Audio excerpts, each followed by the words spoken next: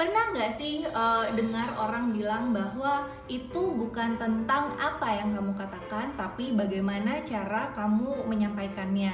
Karena pada akhir-akhirnya yang orang ingat tentang kita itu bukannya apa yang kita katakan kepada mereka, tapi bagaimana mereka rasa, apa yang mereka rasakan waktu mereka berada di dekat kita.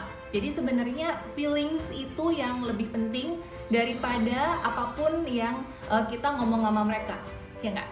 Nah, aku berkesempatan banget beberapa waktu yang lalu bertemu dengan sekelompok ibu-ibu guru PAUD di sebuah desa di Kupang. Luar biasa sekali perjalanan ke sana, itu udah sampai yang signal hilang ada, terus juga mobilnya tuh juga harus lumayan yang off-road juga.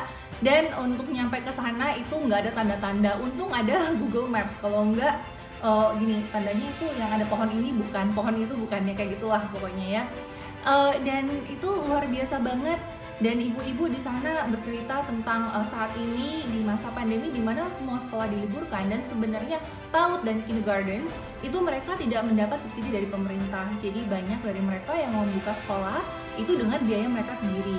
Jadi saat ini ketika tidak ada murid, apa yang terjadi? Mereka kembali untuk berkebun.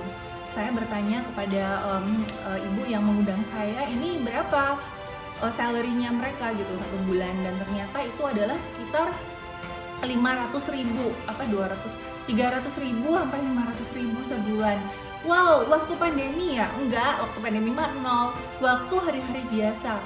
Dan bukankah itu kalau bukan sebuah panggilan jiwa, ya nggak, pasti nggak ada orang yang melakukan hal tersebut ya. Jadi satu hal yang akhirnya tuh waktu mendengar sharing-sharingnya mereka, betapa mereka tanpa ada support biaya atau apapun, mereka melakukan hal ini karena kecintaannya mereka terhadap anak-anak di sana. Saya tuh betul-betul melihat bahwa menjadi seorang guru itu adalah sebuah panggilan sekali gitu loh.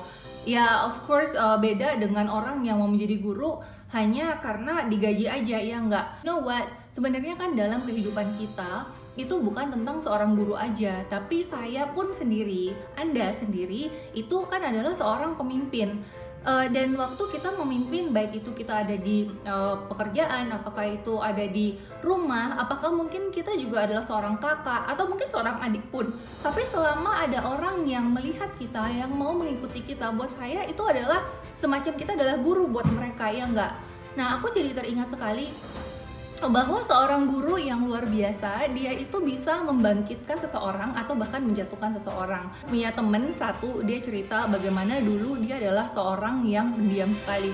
Bahkan dulu mungkin dia sebenarnya adalah anak autis, sedikit autis, tapi karena masa lalu ya belum ada yang tahu ya tentang autisme gitu. Jadi orang nggak tahu juga, pokoknya taunya dia memang rada-rada lamban aja.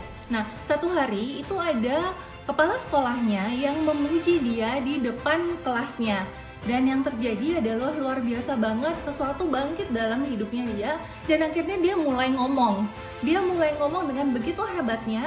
Akhirnya pun dia menjadi seorang public speaker di sekolahnya dia. Seorang guru waktu itu bisa mengubah seorang anak ini yang tadinya bahkan ngomong juga nggak mau, ya nggak, jadi nggak percaya diri, tapi menjadi begitu confidentnya. Now a different case with mine. Aku dulu waktu kecil itu punya challenge banget dengan self image-nya aku. Jadi waktu di SD ya sering lah ya dapat bully-bulian gitu ya, sampai even SMA dan kuliah juga masih gitu. Aku masih ingat di waktu aku masih SD, ada satu guru aku, waktu itu kita lagi pelajaran dan aku udah kebelet pipis banget. Ini kan pelajarannya satu, terus kan ganti guru masuk lagi. Itu aku udah kebelet pipis banget, aku minta untuk ke WC dan ibu gurunya bilang nggak boleh gitu. Dan waktu itu aku udah kebelet banget, singkat cerita aku pipis di celana di dalam kelas. Imagine waktu itu anak SD pipis di celana, seberapa memalukannya itu. Dan waktu ibu guru itu melihat aku udah pipis, dia cuma tersenyum gitu ya, mungkin dia malu gitu atau apa, dan dia bilang, "Ya Helen, kamu boleh ke toilet sekarang. Maaf, tadi aku pikir kamu bercanda." Dan ya mungkin untuk ibu gurunya itu adalah hanya satu insiden aja dalam kelasnya dia ya, tapi buat aku I think part of the reason kenapa self image aku itu jadi akhirnya jadi turun banget dan butuh sebuah perjalanan yang cukup panjang dan waktu yang cukup lama untuk menaikkan itu adalah treatment yang waktu itu aku dapat dari guru aku juga. Selalu ingat aja untuk memilih menjadi orang yang lebih baik. Kadang-kadang karena anak kita atau bawahan kita itu kita pikir kita ada di atasnya, kita bisa men-treat mereka itu sebagai objek, ya enggak? Tapi sebenarnya kan kita harusnya melihat mereka itu kan sebagai subjek gitu loh, sama kita, tidak ada bedanya buat sama kita gitu loh.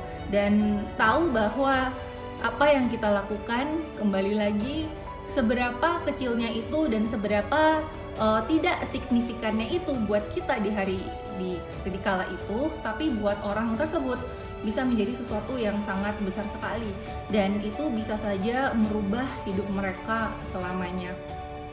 Oke, thank you so much for tuning in.